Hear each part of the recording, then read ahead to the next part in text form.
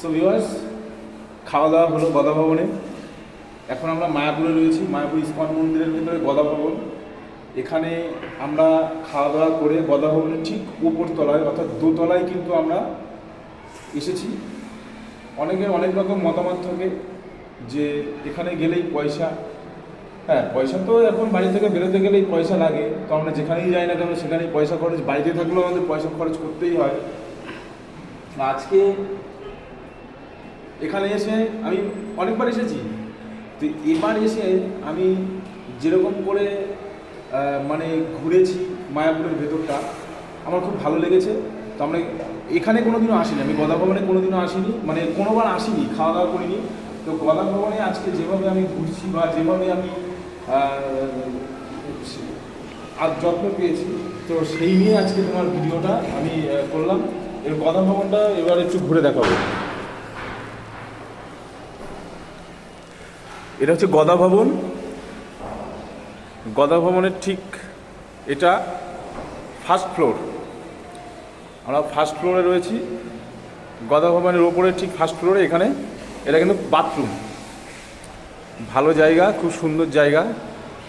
এখান থেকে নিচেটা দেখো, নিচেটা প্রচুর দর্শনার্থী রাস্তা দিয়ে হেঁটে হেঁটে হেঁটে হেঁটে চলে যাচ্ছে। এবার আমি তোমাদের গদা ভবনের নিচে গিয়ে সামনের পজিশনটা দেখাবো যে কত সুন্দরভাবে ফুল গাছ দিয়ে সাজানো আছে। তো চলো যাই নিচেটা। এবার আমরা নিচে যাচ্ছি।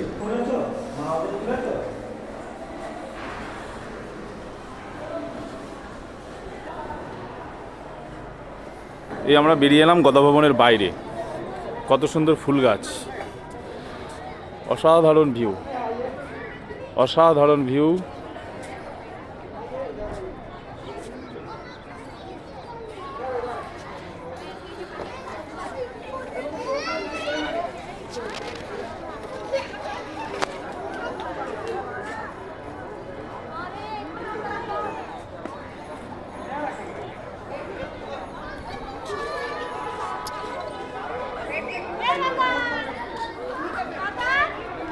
আমরা গিয়েছিলাম ঠিক